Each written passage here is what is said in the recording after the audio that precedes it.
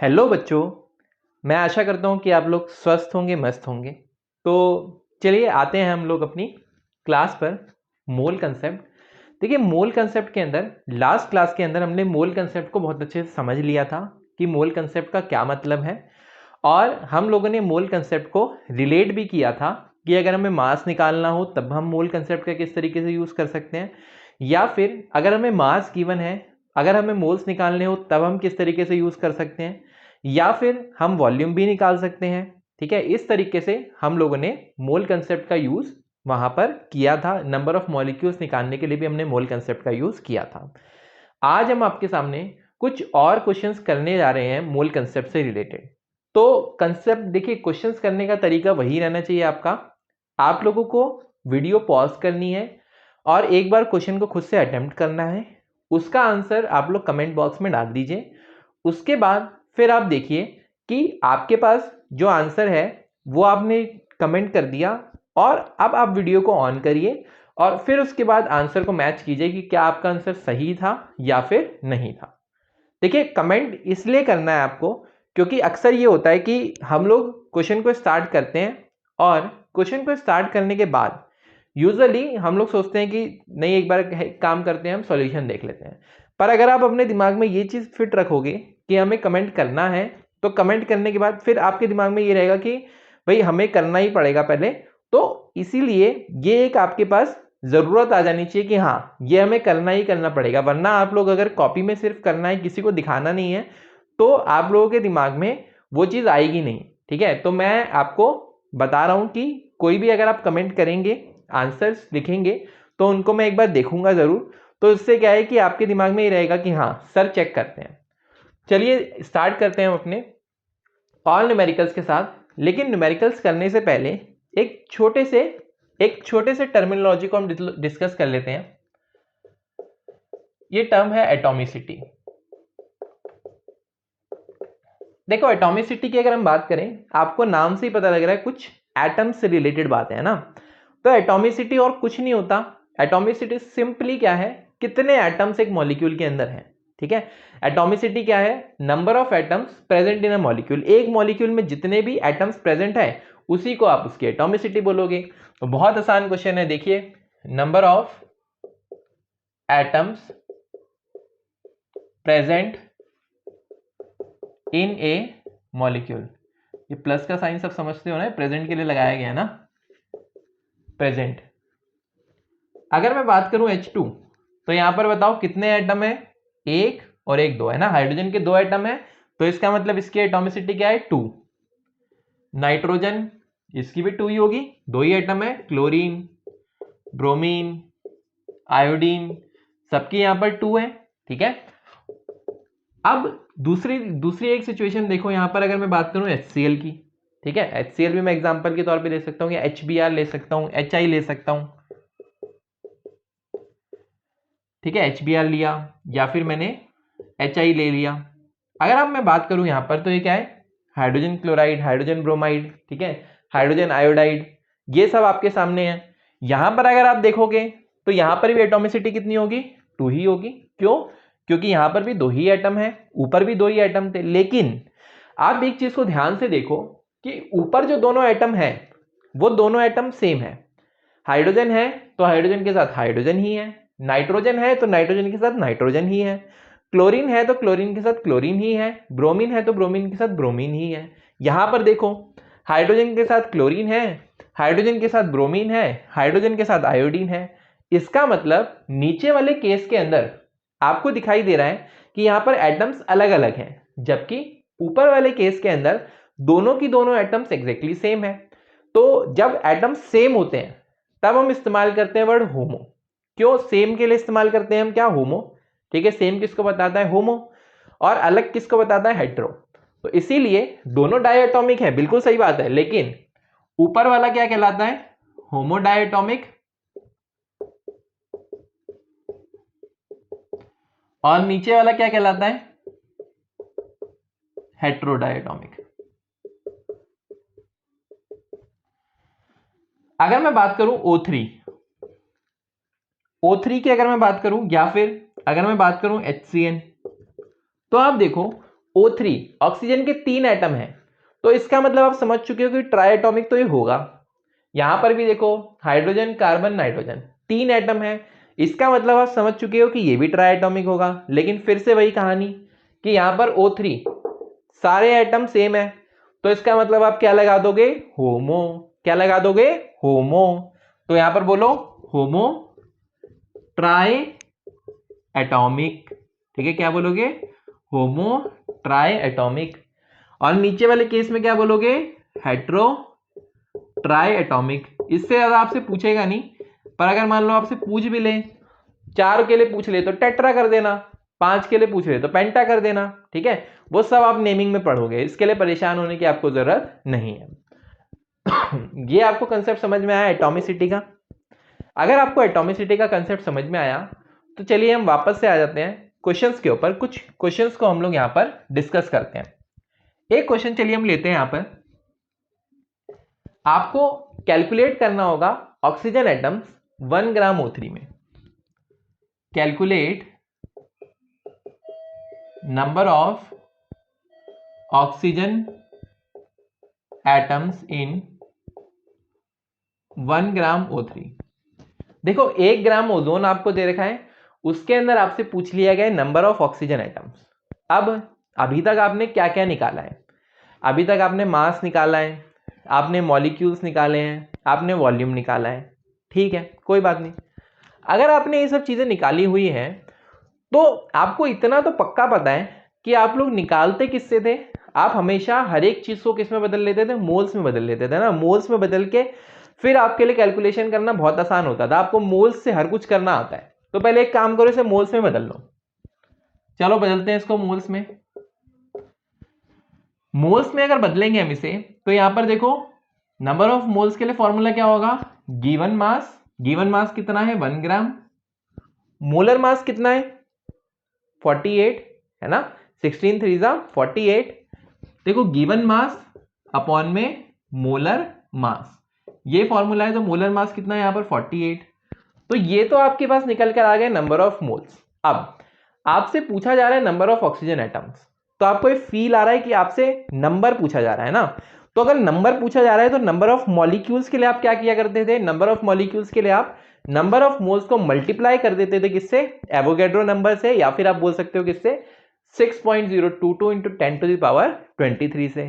तो वही आपको करना है, कर दो आप इसे। क्या करोगे, आप लोग इसे मल्टीप्लाई करो तो आपके पास नंबर ऑफ मॉलिक्यूल्स निकल के आ जाएंगे। नंबर ऑफ मॉलिक्यूल्स 1/48 इंटू में Na, एवोगैड्रो नंबर से हमने मल्टीप्लाई कर दिया। अब देखो नंबर ऑफ मॉलिक्यूल्स आपके पास निकल कर आ गए, तो आपको पता है ये एक मॉलिक्यूल है। इस एक मॉलिक्यूल के अंदर 3 ऑक्सीजन के एटम है। इस एक मॉलिक्यूल के अंदर 3 ऑक्सीजन के एटम है, तो इतने में कितने होंगे, गुना आप कितने कितने से कर दोगे, 3 से कर दोगे, है ना भाई। एक के अंदर अगर 3 है तो Na/48 में कितने होंगे, Na इंटू में 3/48। ठीक है, तो क्या हो जाएगा यहां पर, अगर मान लो एक मॉलिक्यूल होता तो उसमें 3 ऑक्सीजन एटम होते, लेकिन आपके पास कितने हैं, Na/48 है। तो Na/48 में कितने होंगे, 3 इंटू में Na/48, यहां से कैंसिल हो जाएगा, है ना। कितना आएगा, 16। तो आप बोल सकते हो कितना आ गया आपके पास आंसर, Na/16। यानी कि एवोगैड्रो नंबर को आप 16 से डिवाइड कर दो, आपके पास आंसर इस क्वेश्चन का निकल कर आ जाएगा। देखो ये कंप्लीटली ऑप्शन पे डिपेंड करता है कि ऑप्शन में आपको दिया क्या गया है। अगर ऑप्शन में आपको इसी तरीके से देगा तो आप सीधे सीधे ये वाला ऑप्शन ढूंढ के टिक कर दोगे। अगर वो ऑप्शन में आपको थोड़ा सा बदल कर देता है तो फिर आपको वहां पर हो सकता है कि वैल्यू लिखनी पड़े और वैल्यू को सॉल्व करके तब देखना पड़े। ठीक है, तो एक बार आप इस क्वेश्चन को नोट डाउन कर लीजिए, फिर हम आगे बढ़ते हैं।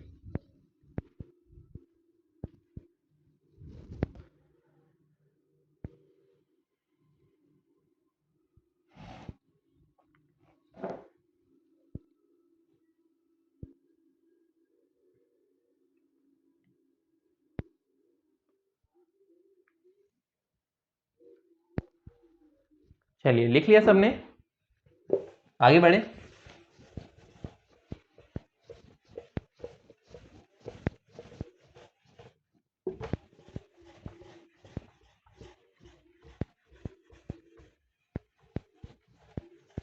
चलिए बढ़ते हैं हम अपने अगले क्वेश्चन पर।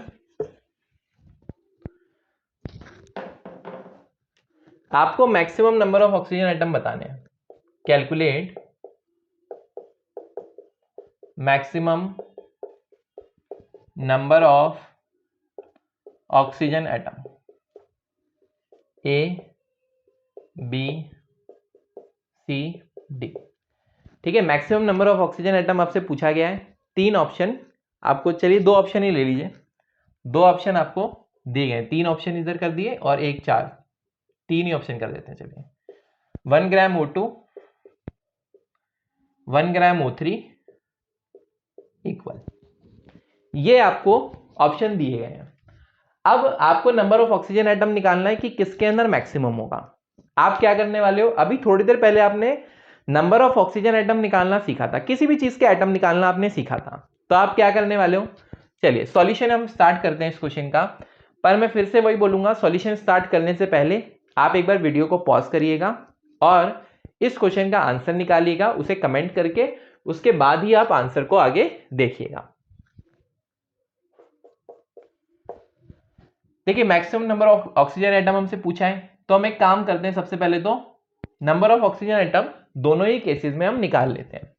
देखिए ऑप्शन नंबर ए की तरफ अगर मैं जाऊंगा और इसमें अगर मैं देखूंगा 1 ग्राम O2, तो सबसे पहले मुझे निकालना पड़ेगा नंबर ऑफ मोल्स। और नंबर ऑफ मोल्स कितने आने वाले हैं, given mass upon molar mass. Molar mass कितना होगा, 16 इंटू 2 यानी कि 32, और 16 इंटू 2 32 आ गया। तो यहां पे नंबर ऑफ मॉलिक्यूल में निकाल सकता हूं। नंबर ऑफ मॉलिक्यूल के लिए क्या करूंगा, मैं एवोगैड्रो नंबर से मल्टीप्लाई कर दूंगा, यानी कि Na अपॉन में 32 कर दूंगा।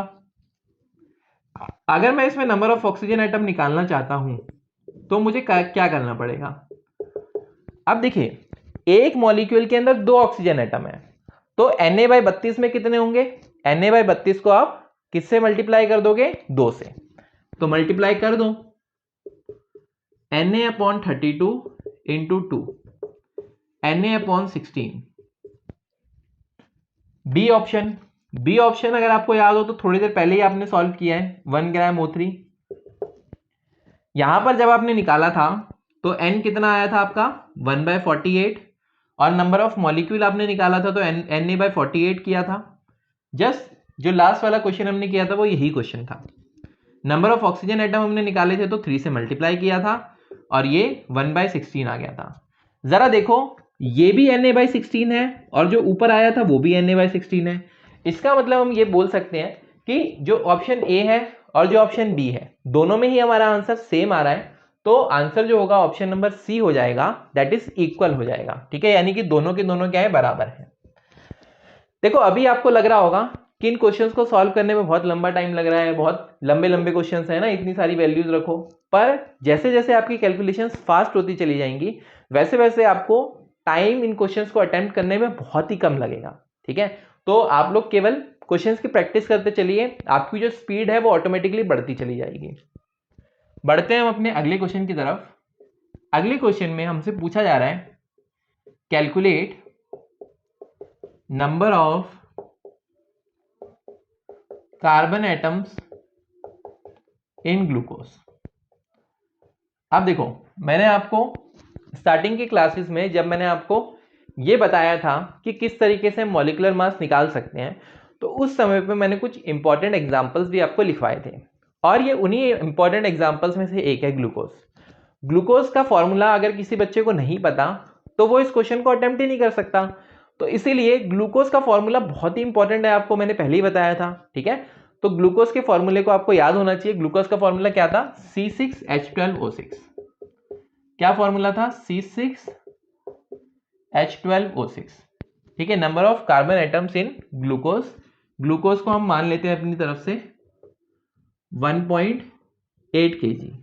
मान लो कि 1.8 kg ग्लूकोज आपको दे दिया गया है, उसके अंदर आपसे नंबर ऑफ कार्बन एटम्स पूछे जा रहे हैं। तो देखो क्वेश्चन को करने का तरीका क्या है, आपके पास मास है। अब ये मास जो है आपके पास ये किलोग्राम में है, लेकिन याद करो जब आप क्वेश्चन को सॉल्व करते थे तो आपका जो फॉर्मूले के अंदर आप मास रखते थे वो हमेशा ग्राम के अंदर रखते थे। तो आप क्या करो, इस किलोग्राम को ग्राम में चेंज कर लो। ठीक है, तो किलोग्राम को ग्राम में जब चेंज करोगे तो 1.8 है, मल्टीप्लाई बाय अगर 1000 आप करोगे, ठीक है, तो मल्टीप्लाई बाय अगर इसको 1000 कर दोगे तो 1.8 इंटू में 1000 है ना, 1 किलोग्राम में कितने ग्राम होते हैं, 1000 ग्राम, तो ये हो जाएगा आपका 1800 ग्राम। ये चीज आपकी निकल के आ गई। अब इजीली आप नंबर ऑफ मोल्स की कैलकुलेशन कर सकते हो। अगर आपको याद हो तो आप चाहो तो इस फॉर्मूले को दोबारा निकाल सकते हो, उसमें कोई परेशानी वाली बात नहीं है। पर मॉलिक्यूलर मास आपको ऑलरेडी पता है इसका, हम लोगों ने इसका मास कैलकुलेट किया था, वो कितना आया था, 180 ग्राम आया था। और वो कैसे कैलकुलेट किया था, 12 6 72, 72 प्लस 12 84, और यहां पर किया था 16 इंटू 6 96, ठीक है। तो कितना आ गया था, 84 प्लस 96 यानी कि 180 ग्राम हमारा आंसर आया था।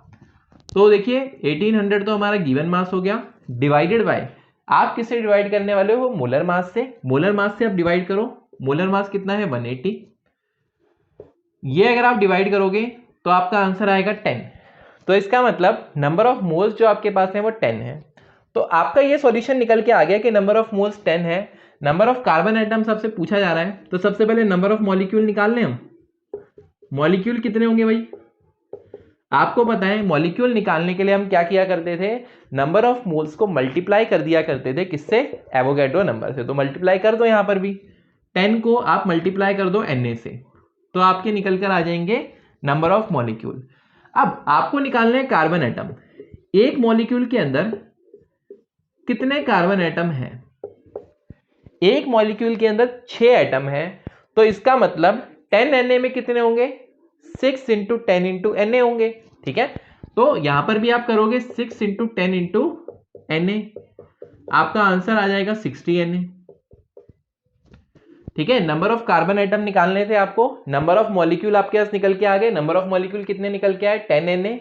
तो नंबर ऑफ कार्बन एटम निकालने के लिए क्या करोगे भाई, एक मॉलिक्यूल में अगर 6 एटम होते हैं, एक मॉलिक्यूल में अगर 6 एटम होते हैं, तो इतने मॉलिक्यूल में कितने एटम होंगे, इसको 6 से मल्टीप्लाई कर दोगे, ठीक है। इसी तरीके से आप इसे सॉल्व करने वाले हो, तो ये आपका आंसर निकल के आ गया। अच्छा मान लो कि अगर आपसे वो पूछ ले टोटल नंबर ऑफ एटम कितने हैं, या फिर सभी के लिए निकाल लेते, चलो नंबर ऑफ हाइड्रोजन एटम अगर आपसे पूछ ले तो नंबर ऑफ हाइड्रोजन एटम कितने हो जाएंगे, यहां पर 12 है ना, तो 6 यहां पर था तो 6 आया, 12 होगा तो 12 आएगा, क्योंकि एक मॉलिक्यूल में 12 हाइड्रोजन है, तो इतने में कितने होंगे, 12 से गुना कर दोगे, तो आएगा आंसर 12 इंटू 10 इंटू Na, या आप बोल सकते हो 120 Na। और ऑक्सीजन के लिए तो सेम ही आ जाएगा, क्योंकि ऑक्सीजन जो है कार्बन के बराबर है। यहां पर नंबर ऑफ ऑक्सीजन आइटम कितना आने वाला है, 6 इंटू 10 इंटू Na, कितना होगा 60 Na। अच्छा अगर आपसे वो टोटल नंबर ऑफ एटम पूछ ले, टोटल नंबर ऑफ एटम कैसे निकालोगे, या तो अभी जो हमने सारे एटम निकाले इन सबको ऐड कर दो, तो आपका टोटल निकल के आ जाएगा, क्योंकि टोटल तो इतने ही एटम है इसके अंदर। या फिर आप सीधे सीधे क्या करो कि आपने जो नंबर ऑफ मॉलिक्यूल निकाला है, इस एक मॉलिक्यूल के अंदर कितने एटम होंगे, 6 और 12 18, 18 और 6 24, 24 एटम एक मॉलिक्यूल के अंदर आ रहे हैं। तो बेटा 10 इंटू Na में कितने आएंगे, 24 into 10 into Na, 24 into 10 into Na, यानी कि 240 Na, ये आपके पास आंसर निकल कर आ जाएगा। तो ये वाले क्वेश्चन भी आप लोगों को समझ में आ गया होगा कि किस तरीके से आप नंबर ऑफ एटम्स की कैलकुलेशन यहां पर कर सकते हो। इसके आगे हम लोग और भी कैलकुलेशंस करने वाले हैं। एक क्वेश्चन मैं आपको और देता हूं, मैक्सिमम नंबर ऑफ एटम्स वाला, वो क्वेश्चन मैं नहीं कराऊंगा, वो क्वेश्चन आप खुद करोगे, उसके बाद वाला जो क्वेश्चन है वो मैं कराऊंगा, ठीक है। तो एक क्वेश्चन मैं आपको दे रहा हूं, वो क्वेश्चन आपको खुद से ही अटेम्प्ट करना है, मैं नहीं कराऊंगा, ठीक है। कर लेना है इस क्वेश्चन को, मैक्सिमम नंबर ऑफ, यहां पर आपको मैक्सिमम नंबर ऑफ एटम्स बताना है कि किसके अंदर आएंगे, मैक्सिमम नंबर ऑफ एटम्स। अगर आपको गिवन है 1 लीटर CO, ठीक है, एक आपको गिवन है 1 लीटर CO, दूसरा आपको गिवन है 1 लीटर CO2, तीसरा आपको गिवन है 1 litre CH4, 1 litre CO2, 1 litre CH4, और फोर्थ आपको गिवन है इक्वल। ये क्वेश्चन आप लोग खुद अटेम्प्ट करोगे, इसका आंसर मैं अभी आप लोगों को नहीं बता रहा हूं, एक बार आप इसे सॉल्व कर लो। अगर आपको कोई डाउट आता है तो आप मुझसे कमेंट बॉक्स में पूछ लीजिएगा या फिर आप मेरे को मेरे नंबर पे मैसेज कर दीजिएगा, मैं आपको ये वाला क्वेश्चन भी तब करा दूंगा। ठीक है, तो एक बार आप इसे नोट डाउन करिए, फिर हम आगे बढ़ते हैं।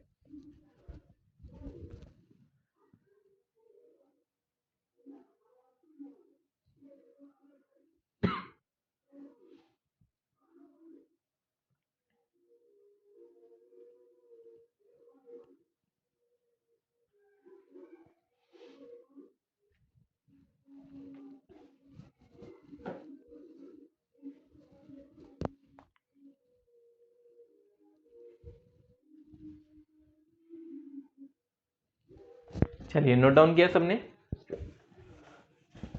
जिसका भी आंसर इक्वल आ रहा है वो बड़े वाले महान हो।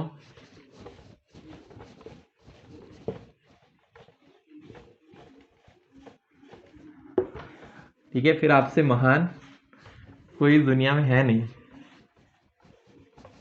जिसका भी आंसर इक्वल आ रहा है एक बार दोबारा सॉल्व करना।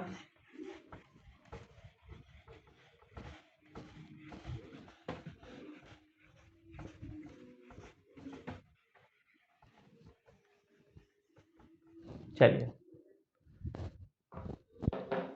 आगे बढ़ते हैं, और आगे बढ़ते हुए अब हम सीखते हैं नंबर ऑफ इलेक्ट्रॉन्स, प्रोटॉन्स और न्यूट्रॉन्स की कैलकुलेशन हम किस तरीके से कर सकते हैं।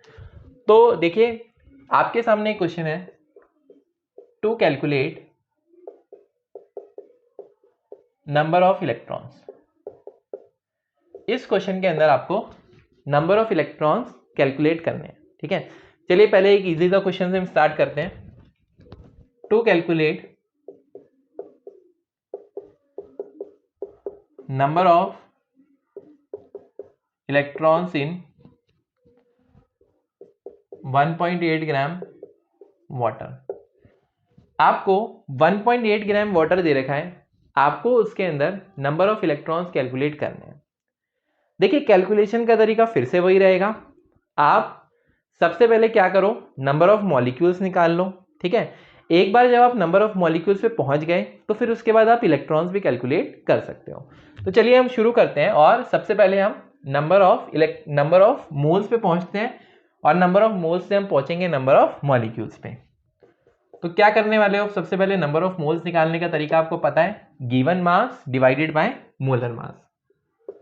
1.8 डिवाइडेड बाय 18, ये आपके पास आ गया 0.1 मोल। अब इस 0.1 मोल को आपको क्या करना पड़ेगा, एवोगैड्रो नंबर से मल्टीप्लाई करना पड़ेगा, ताकि आपके पास नंबर ऑफ मॉलिक्यूल निकल कर आ जाए। तो इसे मल्टीप्लाई कर दो, 0.1 इंटू Na, ये आपके पास नंबर ऑफ मॉलिक्यूल निकल कर आ गए।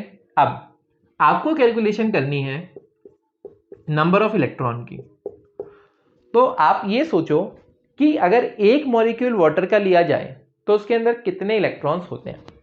ध्यान से देखो, अगर आप एक मॉलिक्यूल लेते हो तो उसके अंदर कितने इलेक्ट्रॉन होंगे, H2O। आपको पता है यहां पर 2 हाइड्रोजन है और 1 ऑक्सीजन है। अगर मैं बात करूं हाइड्रोजन की, तो एक हाइड्रोजन के अंदर 1 इलेक्ट्रॉन होता है, तो 2 हाइड्रोजन के अंदर 2 इलेक्ट्रॉन होंगे। प्लस अगर मैं बात करता हूं ऑक्सीजन की, ये 10 नहीं है, 1O है, यानी कि 1 ऑक्सीजन है। ठीक है, ऐसा मत समझना कि 10 है कि सर 2H प्लस 10 लिया था आपने तो फिर ये कम कैसे आया। 1 ऑक्सीजन है, तो 1 ऑक्सीजन अगर आप यहां पे लोगे तो ऑक्सीजन का एटॉमिक मास कितना होता है, 16, और एटॉमिक नंबर कितना होता है, 8। तो यहां पर आपके पास नंबर ऑफ इलेक्ट्रॉन कितने निकल के आ रहे हैं, 8, 2 प्लस 8, 10। जिसको भी इस चीज में डाउट है कि हम किस तरीके से number of proton, number of electron, number of neutron को निकाल सकते हैं, किसकी हेल्प से, एटॉमिक नंबर और एटॉमिक मास की हेल्प से, तो वो फर्स्ट वीडियो को जाकर देखें। यही वजह थी कि मैंने फर्स्ट वीडियो में आप लोगों को ये सारे बेसिक्स बताए हुए थे कि किस तरीके से हम एटॉमिक नंबर, एटॉमिक मास का यूज़ करते हुए नंबर ऑफ प्रोटॉन, इलेक्ट्रॉन और न्यूट्रॉन को निकाल सकते हैं। ठीक है, तो ये वाली चीज़ें अगर आपको पता है तो आप इजीली नंबर ऑफ इलेक्ट्रॉन्स को यहाँ पर निकाल लोगे। प्रोटॉन्स आपसे पूछा जाएगा तो प्रोटॉन्स भी निकाल लोगे, और अगर आपसे न्यूट्रॉन्स पूछा जाएगा तब भी आप लोगों को कोई परेशानी होने वाली नहीं है। देखिए यहाँ पर नंबर ऑफ इलेक्ट्रॉन आपसे पूछे गए हैं, तो नंबर ऑफ इलेक्ट्रॉन यहाँ पर कितने हो जाएंगे, नंबर ऑफ इलेक्ट्रॉन एक मॉलिक्यूल के अंदर 10 आ रहे हैं, तो बेटा अगर एक मॉलिक्यूल में 10 इलेक्ट्रॉन है तो इसका मतलब इतने में कितने होंगे, 10 से मल्टीप्लाई कर दोगे। भाई एक में 10 है तो इतने में कितने होंगे, इसको 10 से मल्टीप्लाई कर दो, तो आपके पास आंसर निकल के आएगा 0.1 इंटू Na इंटू 10 या फिर Na। यानी कि वाटर के अंदर 1.8 ग्राम वाटर के अंदर आप लोगों को नंबर ऑफ इलेक्ट्रॉन कितने मिलेंगे, एवोगैड्रो नंबर के बराबर मिलेंगे। तो ये आपका क्वेश्चन था जिसमें आपको नंबर ऑफ इलेक्ट्रॉन निकालने के लिए पूछा गया था। चलिए आगे बढ़ते हुए इसी क्वेश्चन के अंदर हम प्रोटॉन और न्यूट्रॉन को भी निकाल लेते हैं। इसी क्वेश्चन में सब कुछ सेम है, बस आप लोगों को अब कैलकुलेशन करनी है इसी का। चलिए फर्स्ट पार्ट था ये, इसी का हम सेकंड पार्ट बना लेते हैं, number of proton and neutron. बाकी सब चीजें सेम है, सेम ऊपर वाला क्वेश्चन ही आने वाला है, बस हमने क्या कर दिया, प्रोटॉन और न्यूट्रॉन की कैलकुलेशन हम करने वाले हैं। ध्यान से देखो, जब हम नंबर ऑफ प्रोटॉन को निकालने जाएंगे तो नंबर ऑफ इलेक्ट्रॉन के वो बराबर ही होंगे। क्यों बराबर होंगे, क्योंकि वाटर जो है वो न्यूट्रल ही है, ठीक है। इसका मतलब इस पे कोई चार्ज नहीं है, और जब चार्ज नहीं होता तो नंबर ऑफ इलेक्ट्रॉन और नंबर ऑफ प्रोटॉन दोनों बराबर होते हैं। तो अगर नंबर ऑफ इलेक्ट्रॉन और नंबर ऑफ प्रोटॉन दोनों बराबर हैं तो इसका मतलब अगर 10 इलेक्ट्रॉन है तो 10 ही प्रोटॉन रहे होंगे। तो इसका मतलब आप लोग क्या करने वाले हो, 0.1 इंटू Na इंटू 10, यानी कि आपका आंसर Na ही आने वाला है, यानी कि नंबर ऑफ इलेक्ट्रॉन और नंबर ऑफ प्रोटॉन बराबर ही आने वाले हैं। अब अगर हम बात करें नंबर ऑफ न्यूट्रॉन की, तो देखो अगर हम बात करते हैं नंबर ऑफ न्यूट्रॉन वाटर के अंदर, आपको पता है हाइड्रोजन के अंदर एक भी न्यूट्रॉन नहीं होता, हाइड्रोजन के अंदर जो है 0 न्यूट्रॉन होते हैं। तो इसका मतलब हाइड्रोजन की अगर हम बात करेंगे तो 2 इंटू 0, 2 हाइड्रोजन है तो 2 इंटू 0 हो गया, प्लस ऑक्सीजन, ऑक्सीजन में कितने न्यूट्रॉन होने वाले हैं, ऑक्सीजन के अंदर 8 न्यूट्रॉन होंगे, ठीक है। कैसे निकाला, एटॉमिक मास 16, एटॉमिक नंबर 8, आप अगर कर दोगे 16 माइनस 8, ठीक है, एटॉमिक मास माइनस में एटॉमिक नंबर, तो आपके पास निकल कर आ जाएंगे क्या, नंबर ऑफ न्यूट्रॉन। तो नंबर ऑफ न्यूट्रॉन अगर आपके पास निकल कर आ गए तो कितना होगा, 0.1 इंटू Na इंटू 8, 0.8 Na। तो ये आपके पास कैलकुलेशन हो गई जिसमें अभी आप लोगों ने प्रोटॉन, इलेक्ट्रॉन और न्यूट्रॉन की कैलकुलेशन की है। ये क्वेश्चन आप लोगों को समझ में आ गया होगा। तो इससे अगला वाला जो क्वेश्चन है बिल्कुल सेम इसी की तरह है, उस क्वेश्चन को आप लोग खुद से जरूर अटेम्प्ट करना। क्वेश्चन है नंबर ऑफ, ठीक है, calculate number of electron, proton and neutron. आपको क्या करना है, इलेक्ट्रॉन, प्रोटॉन और न्यूट्रॉन निकालना है किसके अंदर, 960 ग्राम SO4 2 minus ion.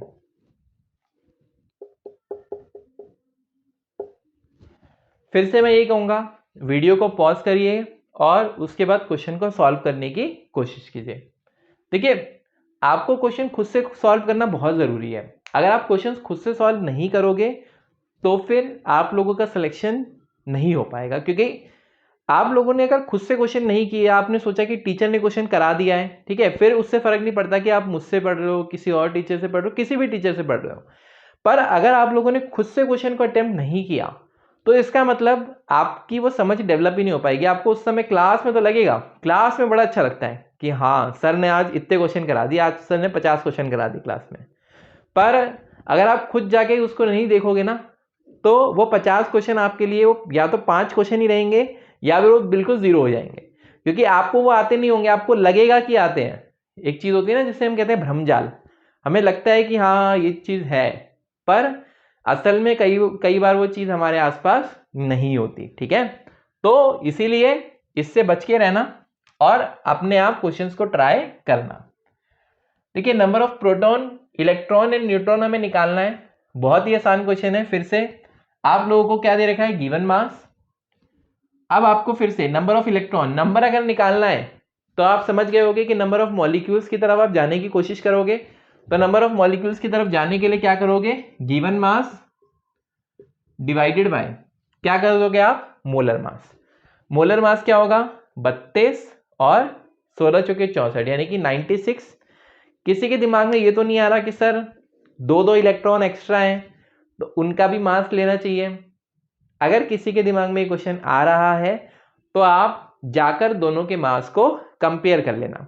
Actually proton, electron और न्यूट्रॉन की अगर बात की जाए तो प्रोटॉन और न्यूट्रॉन का मास तो बहुत ज़्यादा होता है, लेकिन अगर हम बात करें इलेक्ट्रॉन के मास की तो इलेक्ट्रॉन का मास जो है वो बहुत ही कम होता है।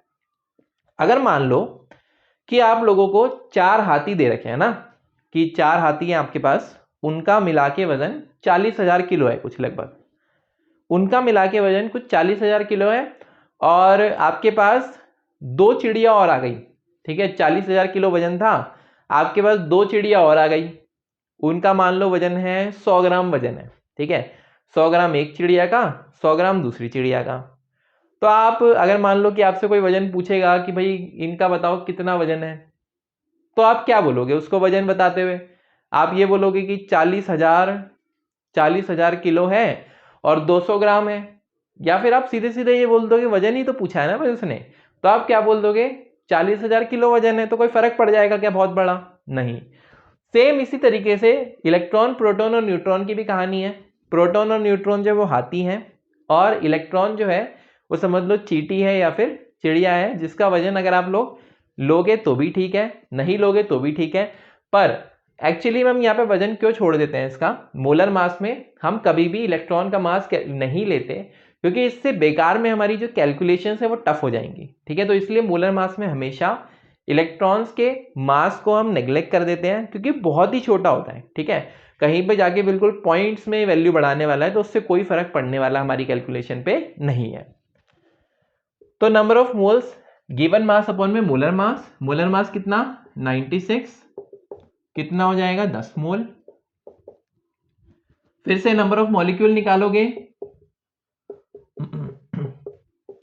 नंबर ऑफ मॉलिक्यूल आपके पास निकल के आएंगे कितने, नंबर ऑफ मॉलिक्यूल निकल के आएंगे 10 गुना में एवोगैड्रो नंबर Na। अब आपसे पूछा गया है नंबर ऑफ इलेक्ट्रॉन, चलिए एक काम करते हैं, सबसे पहले हम नंबर ऑफ प्रोटॉन और नंबर ऑफ न्यूट्रॉन को निपटा लेते हैं। देखिए नंबर ऑफ प्रोटॉन कितने होंगे, सल्फर में कितने प्रोटॉन होते हैं 16, इसका एटॉमिक नंबर 16 है ना, तो कितने प्रोटॉन होंगे 16। और ऑक्सीजन में कितने होते हैं 8, इसका एटॉमिक नंबर 8 है, ठीक है। तो 8 इंटू 4 है ना ऑक्सीजन, तो इसका मतलब 8 इंटू 4 32 प्लस कितना होने वाला है 16, यानी कि 48 आपके पास होने वाला है। तो अगर आपके पास नंबर ऑफ प्रोटॉन 48 है तो एक मॉलिक्यूल में 48 है, तो इतने में कितने होंगे, इस पूरे को 48 से मल्टीप्लाई कर दो, यानी कि आपका आंसर आ गया 480 Na। अगर आप न्यूट्रॉन की बात करोगे तो न्यूट्रॉन कितने होने वाले हैं, देखो न्यूट्रॉन भी यहां पर एग्जैक्टली सेम है। सल्फर में आप देखो 16 एटॉमिक नंबर है, एटॉमिक मास 32 है, 32 माइनस 16 अगर आप करोगे तो नंबर ऑफ न्यूट्रॉन निकल के आते हैं 16। तो इसका मतलब सल्फर में कितने हैं 16 है।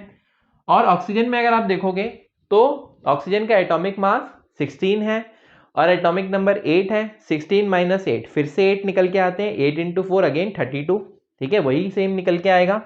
तो कितना हो जाएगा 48 into 10 into Na, 480 Na।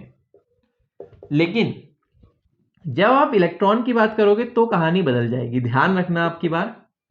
Electron की जब आप बात कर रहे हो तो कहानी क्यों बदल रही है, क्योंकि अब की बार SO4 अकेला नहीं है, उसके ऊपर दो नेगेटिव के चार्ज हैं। अब नेगेटिव के जो चार्ज हैं ये एक्चुअली में क्या है, इलेक्ट्रॉन है। ये 2 इलेक्ट्रॉन उसे कहीं से मिले हैं, ये उसके सर पे हैं। तो अब इनको आपको लेना पड़ेगा, क्योंकि आप नंबर ऑफ इलेक्ट्रॉन्स कैलकुलेट कर रहे हो, आप मास नहीं कैलकुलेट कर रहे हो। मास के समय आपने छोड़ दिया कोई बात नहीं, ठीक है, लेकिन अगर आप गिनती कर रहे हो तो गिनती में तो चिड़िया को गिनोगे ना, कि चिड़िया भी है वहां पर। नंबर ऑफ इलेक्ट्रॉन कितने हो जाएंगे 48 प्लस 2 बड़े हैं ना, देखो नंबर ऑफ प्रोटॉन के बराबर तो है ही यही, साथ में 2 और बढ़ गए तो +2, क्या हो जाएगा 50 इंटू 10 इंटू Na, यानी 500 Na। ये आपका फाइनल आंसर आएगा। तो इस तरीके से आप लोगों के क्वेश्चंस हो गए हैं इलेक्ट्रॉन्स, प्रोटॉन्स और न्यूट्रॉन्स को कैलकुलेट करने से रिलेटेड। तो अगर आपको एग्जाम में कभी भी वो इलेक्ट्रॉन, प्रोटॉन और न्यूट्रॉन से रिलेटेड क्वेश्चन देता है कैलकुलेशन के लिए, तो वहां पर भी आप उसे कैलकुलेट कर सकते हो आसानी से। अब इससे अगले टॉपिक में हम लोग बात करेंगे चार्ज कैलकुलेशन की, लेकिन चार्ज कैलकुलेशन स्टार्ट करने से पहले मैं चाहूंगा कि आप लोग एक बार बोर्ड पर जो भी हमने क्वेश्चन सॉल्व किए उन्हें एक बार आप कॉपी में नोट डाउन कर लीजिए।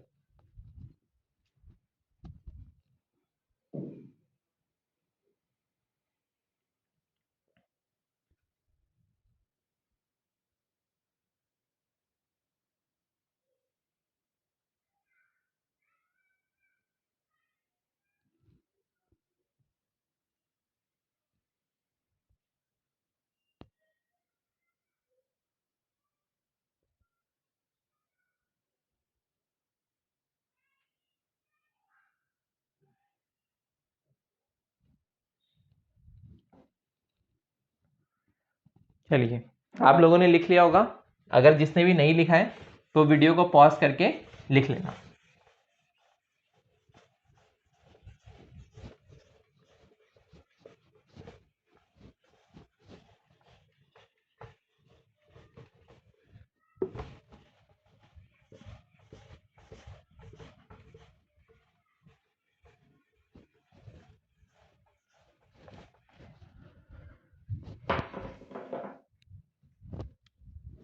अच्छा, एक चीज मैं आप लोगों से पूछना चाह रहा था कि आप लोगों की तैयारी कैसी चल रही है। अगर आप लोगों की तैयारी कुछ अगर परेशानी आ भी रही है तो देखो, परेशानियां सबके साथ आती है ना, तो ऐसा नहीं कि केवल आपके साथ ही वो परेशानियां आ रही हैं। अगर तैयारी अच्छी चल रही है तो बहुत अच्छी बात है, आप फोड़ दोगे बिल्कुल, ठीक है। जाओ आराम से बिल्कुल चिल्ड होके पेपर देना, ठीक है। बहुत अच्छे से बस आप आराम से क्वेश्चंस प्रैक्टिस करते रहो, आपका आराम से इजीली हो जाएगा, ठीक है। पर अगर आपको कोई परेशानी आ रही है तो आप लोग उससे परेशान मत हो, ठीक है। ये सब लाइफ का पार्ट है, ये सब चीज़ें चलती रहेंगी। आप लोगों को ऐसा लग सकता है कि कई बार मोटिवेशन की कमी हो जाती है कि किस तरीके से अब करें, अब तो नहीं हो रहा है ना, हमारा साल बर्बाद हो रहा है, हमारा टाइम बर्बाद हो रहा है। ऐसा कई बार बीच बीच में फील आने लगता है, या कई बार बीच में दोस्त अच्छे अच्छे कॉलेजेस में जाते हैं ना, वहाँ पे फेस्ट हो रहे होते हैं, कुछ हो रहा होता है, तो आप लोगों को लगता है ना कि अगर आपने ड्रॉप लिया हुआ है, तो मैं बात कर रहा हूँ कि अगर आप 12th के बाद ड्रॉप लेके तैयारी कर रहे हैं तो आपके दिमाग में बीच बीच में ख्याल आते होंगे, या फिर अगर आप करने वाले हैं तो आपके दिमाग में ख्याल आते रहेंगे कि आप लोगों के जो दोस्त हैं वो कॉलेजेस में चले गए हैं, ठीक है, उनका फेस्ट हो रहा है, उस फेस्ट के अंदर मतलब बहुत सारी चीज़ें होती हैं, डांस होता है, एक्टिविटी होती है दुनिया भर की, है ना। लेकिन जो आपका कॉलेज होने वाला है ना, नीट का कॉलेज, ठीक है, या फिर जो मतलब मेडिकल का कॉलेज आपको मिलने वाला है, या फिर जो आपको आईआईटी या फिर जो भी आपको अदर कॉलेजेस मिलने वाले हैं, इंजीनियरिंग के कॉलेजेस मिलने वाले हैं, ठीक है, इन सब कॉलेजेस के अंदर मैं आपको बता रहा हूँ कि अगर इन कॉलेजेस के अंदर जो आपके फ्रेंड जिस कॉलेज के अंदर गए हैं, अगर इनका बजट 1 लाख रुपए है किसी फेस्ट को कराने का, तो इनका बजट, जिन कॉलेजेस का आपका सपना है पहुंचने का, उनका बजट 1 करोड़ रुपए है, ठीक है। तो आप मतलब बिल्कुल भी हताश मत होइए, आप लोग जिस चीज़ के लिए मेहनत कर रहे हैं वो बहुत ही वर्दी चीज़ है, ठीक है। बहुत ही आपको, अगर एक बार आपका हो गया तो आपको बहुत ही अच्छा लगने वाला है, ठीक है। तो आप लोग बिल्कुल बहुत अच्छे से तैयारी करते रहिए और किसी बात की कोई टेंशन मत लीजिए। देखिए, अपन तो वही काम कर सकते हैं जो कि अपने हाथ में है। तो जो काम आपसे हो सकता है वो आप अपना अच्छे से करो, बाकी जो होगा देखा जाएगा, ठीक है। बाकी हम आपके साथ हैं। चलिए, फिर हम, अगर कोई भी डाउट हो, कोई भी परेशानी हो तो टेंशन मत लिया करो, बिल्कुल बिंदास बात किया करो, पूछा करो, ठीक है, बोला करो, कोई दिक्कत नहीं है। चलिए आगे बढ़ते हैं हम, और आगे बढ़ते हुए हम पढ़ते हैं अगले टॉपिक को। नेक्स्ट है कैलकुलेट चार्ज। देखिए, अगर आपको चार्ज कैलकुलेट करना हो तब आपको क्या करना पड़ेगा। कभी कभार आपको एग्जाम में क्वेश्चन आ सकता है कि चार्ज किस तरीके से कैलकुलेट किया जाए, ठीक है। मान लो कि आपको बोल देगा कि 1 मोल Na+ का चार्ज बताओ, या किसी भी चीज का आपको चार्ज वो दे सकता है। देखिए, आपको इतना पता है कि चार्ज एक इलेक्ट्रॉन पे कितना होता है, चार्ज ऑन 1 इलेक्ट्रॉन। एक इलेक्ट्रॉन पे जो चार्ज है वो कितना होता है, 1.6 इंटू 10⁻⁻19 कूलम। सेम इतना ही चार्ज प्रोटॉन पे भी होता है, लेकिन जस्ट इक्वल एंड अपोजिट होते हैं चार्ज, है ना, कि एक का चार्ज हम नेगेटिव मान के चलते हैं और दूसरे का चार्ज हम पॉजिटिव मान के चलते हैं, ठीक है, क्योंकि दोनों का नेचर जो है वो अलग अलग होता है। अब देखो, एक को नेगेटिव एक को पॉजिटिव माना, उससे हमें मतलब यहां पर नहीं है, हम सिर्फ और सिर्फ किसकी बात करने वाले हैं, मैग्नीट्यूड की। अब अगर मान लो कि आपसे 1 मोल के लिए पूछ लिया जाए तो फिर आप बार बार एवोगैड्रो नंबर से मल्टीप्लाई करो, इससे अच्छा है कि हम बहुत एक आसान तरीका बना लेते हैं उसका, है ना। तो अगर मान लो चार्ज आपको निकालना है किसके लिए, 1 मोल इलेक्ट्रॉन के लिए, चार्ज ऑन 1 मोल इलेक्ट्रॉन। भाई आपको पता है एक के लिए कितना है, 1.6 इंटू 10⁻⁻19, ठीक है। अब अगर मैं आपसे पूछना चाहता हूं किसके लिए, 1 मोल के लिए, 1 मोल मतलब किसके लिए मैं आपसे पूछना चाहता हूं, 6.022 इंटू 10⁻23, इसके लिए पूछना चाहता हूं, तो क्या परेशानी है, आप इसे कैलकुलेट कर लो और एक बार जो भी आपका आंसर आएगा उसे हम ले लेते हैं, उसको बस हम एक बार वैल्यू अपने दिमाग में फिट कर लेंगे और हमारे सारे क्वेश्चन होंगे। देखो ये जो वैल्यू निकल के आती है, ये वैल्यू निकल के आती है 96,500 कूलम, ठीक है। तो 1 मोल इलेक्ट्रॉन पे जो चार्ज होता है, यही सेम चार्ज 1 मोल प्रोटॉन पे भी होता है, कोई फर्क नहीं है, ठीक है, दोनों बिल्कुल सेम चीजें हैं, चाहे आप बात करो 1 मोल इलेक्ट्रॉन की या फिर आप बात करो 1 मोल प्रोटॉन की, दोनों पे चार्ज जो है बिल्कुल सेम है। तो अगर यहां पर हमने देखा चार्ज ऑन 1 मोल इलेक्ट्रॉन, ये कितना निकल के आएगा, 96,500 कूलम, और ये किसके बराबर है, 1 फैराडे, 1 फैराडे, ठीक है, इसी को हम क्या बोलते हैं, 1 फैराडे। 96,500 कूलम ये जो चार्ज है ना, कुछ नहीं है, फैराडे नाम के एक साइंटिस्ट थे, उन्होंने चार्ज से रिलेटेड काफी काम किया था, तो हमने उनके सम्मान में इसका नाम रख दिया, ठीक है। इंडिया में भी ऐसा होता है ना, बहुत सारी चीजों के सम्मान में बहुत सारी चीजों के नाम रख दिए जाते हैं, ठीक है। बहुत सारे जो जैसे चौक होते हैं तो उनका नाम रख दिया जाता है किसके, किसी भी फेमस पर्सनैलिटी के उस पर नाम रख दिया जाता है, जैसे कि महात्मा गांधी मार्ग, ठीक है, या शहीद भगत सिंह चौक। तो इस तरीके से नाम रख दिए जाते हैं किसी भी फेमस पर्सनैलिटी के बेसिस पे। तो इस तरीके से यहां पर भी 96,500 कूलम था, तो भाई एक नाम दे दिया इसको भी हमने, क्या, 1 फैराडे, किसके सम्मान में, फराडे के सम्मान में, फराडे साहब के सम्मान में। चलिए हम देखते हैं कैलकुलेशन हमें कैसे करनी है। Charge on 1 mole OH minus, देखो 1 मोल OH माइनस आयन के उसमें क्या चार्ज होगा, ठीक है।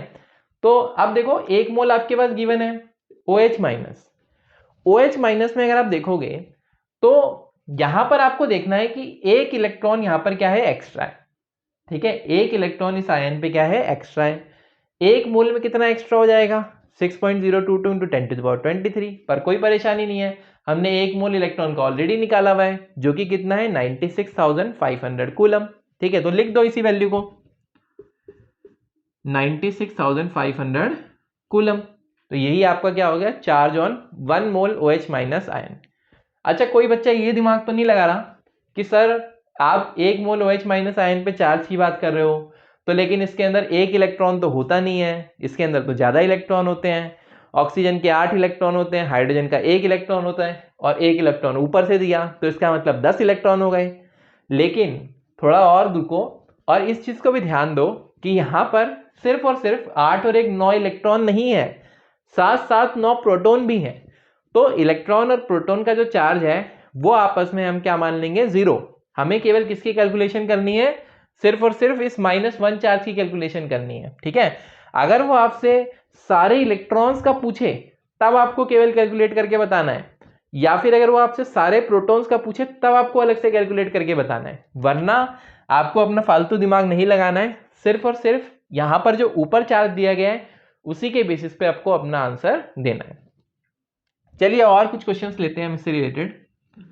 अगर आपसे पूछा जाए charge on 1 mole SO4 2- ion, अगर इसमें आप देखोगे तो SO4 2- आयन आपको दिया गया है, SO4 2- के अंदर एक की जगह पर 2 इलेक्ट्रॉन फालतू है, तो आप यहां पे क्या करने वाले हो, 2 से मल्टीप्लाई कर दोगे,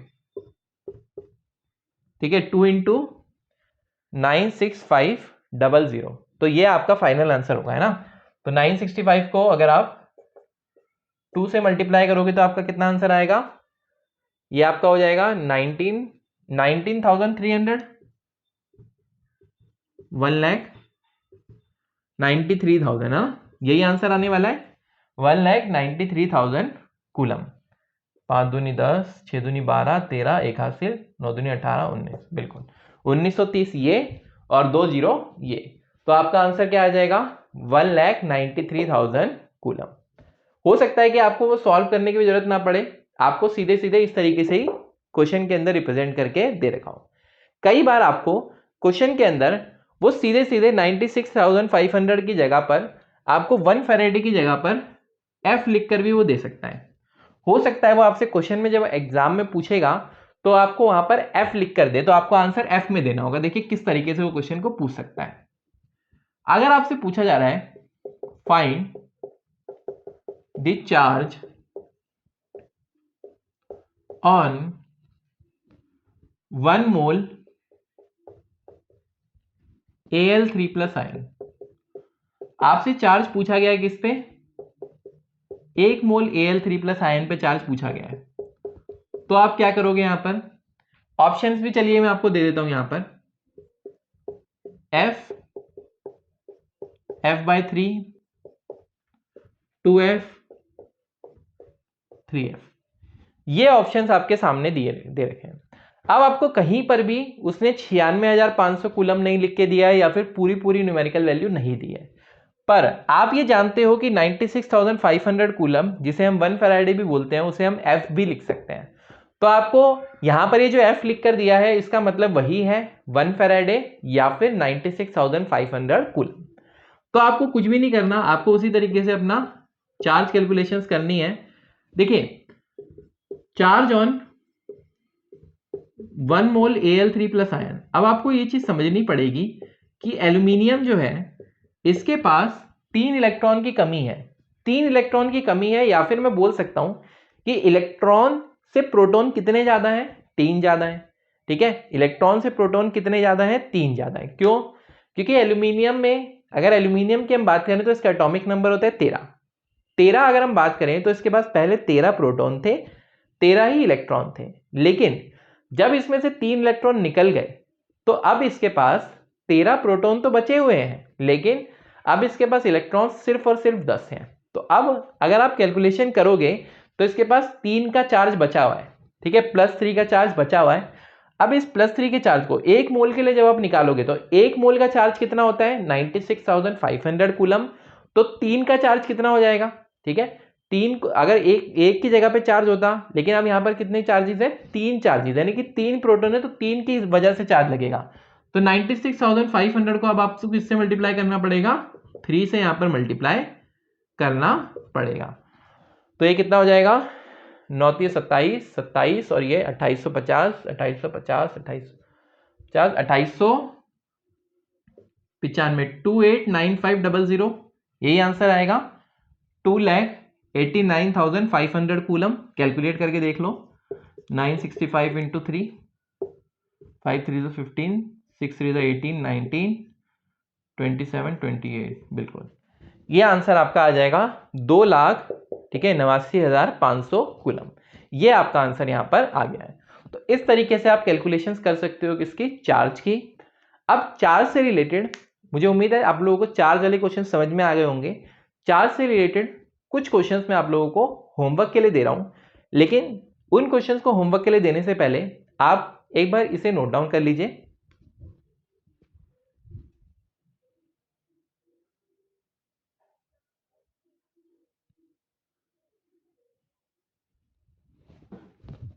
चलिए आप लोगों ने लिख लिया होगा इसे।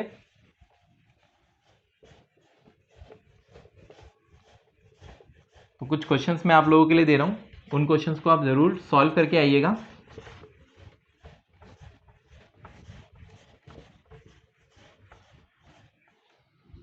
चलिए क्वेश्चंस हैं, टू कैलकुलेट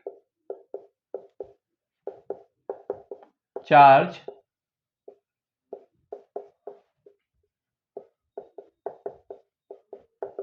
प्रेजेंट ऑन। ठीक है, आपको बेसिकली चार्ज कैलकुलेट करना है कि क्या चार्ज प्रेजेंट होगा। कुछ क्वेश्चन हैं। फर्स्ट 2.7 ग्राम Al3+ पे। सेकेंड क्वेश्चन है 4.6 ग्राम Al3+ पे। थर्ड क्वेश्चन है 2.3 ग्राम Na+ पे। इसको एक काम करो, कैलकुलेशन इजी बनाने के लिए 5.4 ग्राम कर लो। फोर्थ आपको गिवन है 4.6 ग्राम Na+ पे। फिफ्थ क्वेश्चन आपके लिए है